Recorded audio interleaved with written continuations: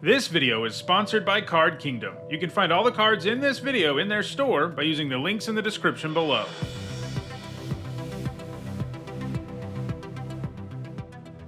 Hi everyone, I'm Hone, and it's time for another MTG Top 10, the series where I rank cards based on their historical performance and Magic's highest level of competition. Today, we're going to look at 7 mana 7/7s. A 7 mana 7/7 is a pretty big creature, so if you tack on some additional effects, you can end up with a must-kill threat. To be eligible for this list, a creature had to have a mana value of 7, power equal to 7, and toughness equal to 7. In all, there are 54 7 mana 7/7s in Magic, and in this video we'll take a look at the 10 that have left the biggest impact on competitive Magic. Before we get started, here's a quick reminder on how I score cards in these videos. A first tier top 8 is worth 2 points, this includes events like Pro Tours, and a second tier top 8 is worth 1 point. This includes events like regional championships. Alright, let's take a look at the top 10 7 mana 7/7s in Magic. At number 10, it's Toxrill the Corrosive.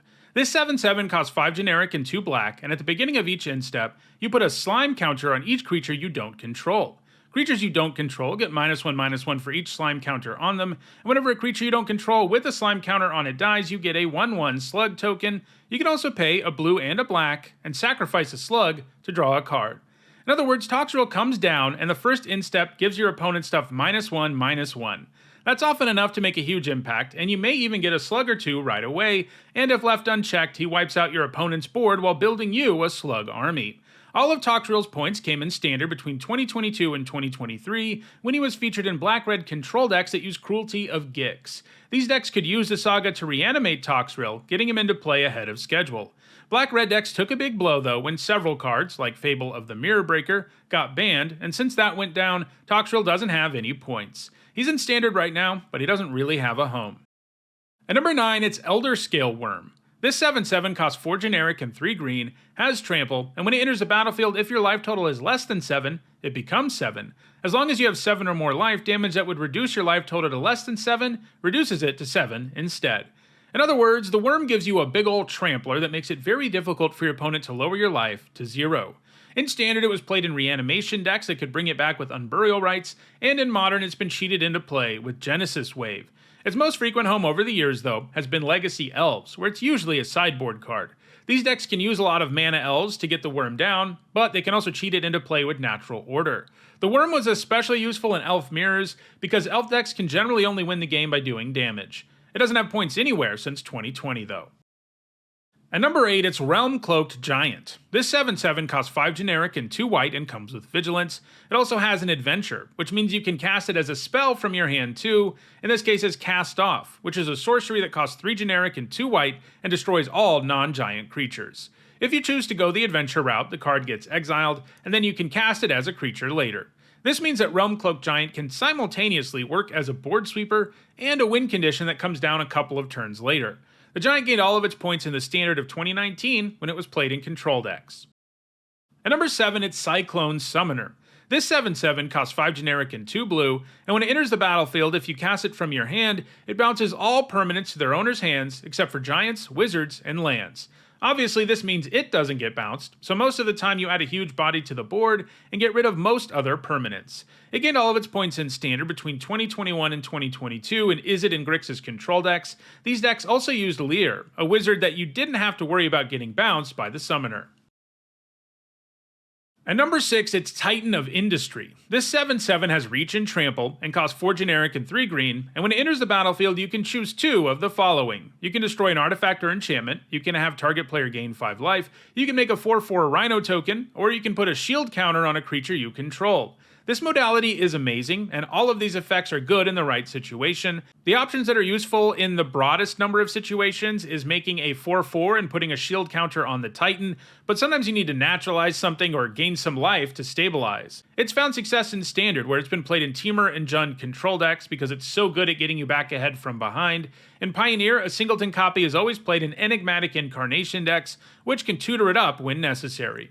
It's going to keep gaining points in the future. At number 5, it's Nezahal Primal Tide, a 7/7 that costs 5 generic and 2 blue, and comes with a whole bunch of other effects. It can't be countered, it shuts off your maximum hand size, it draws you a card anytime your opponent casts a non-creature spell, and you can discard 3 cards to exile Nezahal and return it to the battlefield tapped, under its owner's control, at the beginning of the next end step. This combination of abilities makes it very hard for your opponent to interact with Nezahal, whether it's in play or on the stack. If they want to use removal, you're going to get a 2-for-1 out of it at the very worst, since you'll draw a card, and if they can remove Nezahal, you can use those extra cards to blink it out to dodge removal. Nezahal is seen play in control decks in multiple formats where it's usually a sideboard card that's brought in during mirror matches. It's very difficult for an opposing control deck to beat Nezahal, and it's likely to see more play in the future, but it doesn't have any points so far in 2024. At number 4, it's Waker of Waves. This costs 5 generic and 2 blue, and it gives opposing creatures -1, -0. And you can also pay 1 generic and a blue and discard the Waker from your hand to look at the top 2 cards of your library. You put one in your hand and the other in your graveyard. This kind of design is nice because you can cycle it away early, and then in the later game it can be an imposing board presence. It's gained all of its points in Modern Living Index, which look to cycle away a bunch of big creatures, like the Waker, until they find a card with Cascade that will always hit Living End. At that point, all those big boys you cycled come back to the battlefield, and the creatures in play all go to the graveyard. Waker of Waves represents a really big problem for your opponent on virtually any board, and it can really help Living Index close out the game quickly. Unlike most of the cyclers in your deck, it also digs you more than 1 card deep, helping you load your graveyard and find your Cascade card more quickly. It's going to keep gaining points in Modern going forward, and has a very good chance at moving up the list. At number 3, it's Sarah's Emissary. For 4 generic and 3 white, this 7/7 also comes with flying and lets you choose a card type when it enters the battlefield. Then it gives you and creatures you control protection from the chosen type. This means that the Emissary is not only a massive flyer that can close out a game quickly, she can also completely shut down your opponent's game plan. That's a potent combination. It is often best to name instant, as it prevents most removal from affecting your board, which is a big deal when you have a 7/7 flyer.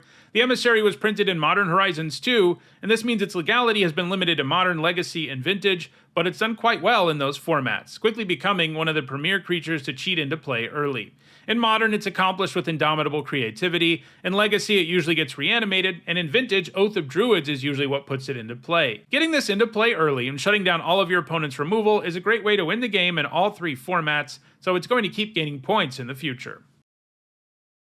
At number 2, it's Etali Primal Conqueror. For 5 generic and 2 red, this 7/7 comes with trample, and when it enters the battlefield, each player exiles cards from the top of their library until they exile a non-land, and then you cast any number of spells from among those exiled non-land cards without paying their mana costs.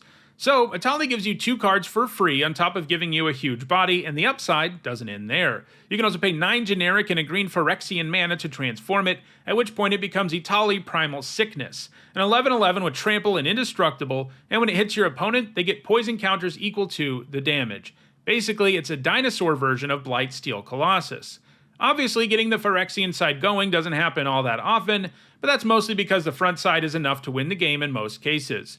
So far, all of Etali's points have come in Standard. Before the banning of Fable of the Mirror Breaker and Friends, it was usually played in Rakdos control decks that could cheat it into play with the cruelty of Gix, but Etali is plenty powerful even when you cast it normally as a control deck win condition, and that's what it's been doing since those bans. It's going to keep gaining points in Standard going forward, but number 2 is probably the best it'll ever be able to do, because the first card is also still in Standard, but also seeing play everywhere else. And that number 1 card is Atraxa, Grand Unifier. For 3 mana and 1 mana of every color but red, she gives you a 7/7 with Flying, Vigilance, Death Touch, and Lifelink, and she has an Enter the Battlefield ability that reveals the top 10 cards of your library, at which point you get to put a card of each type into your hand. In short, she's a huge, scary threat that also draws you a bunch of cards. All of that power means that there are decks in every format that try to cheat her into play, and she has arguably become the premier creature for those types of decks. For example, in Standard, she's been brought back with the Cruelty of Gix. In Modern, she's been put into play with Indomitable Creativity. In Legacy, she's put into play with Sneak Attack or Show and Tell. And in Vintage, she's put into play with Oath of Druids. Basically, no matter what format you're playing right now, Atraxa is pretty likely to be a card you're playing with or against. She's going to be at number 1 on this list for the foreseeable future. So, those are the top 10 7-mana 7/7s. Do you want to get your hands on any of these big monsters? Check out the description where you can find a direct Card Kingdom link for each card in the video. If you want to make sure you catch future videos, don't forget to subscribe. If you want to catch up on past videos, including many more that look at creature stat lines, you should see a playlist on your screen shortly. Thanks for watching.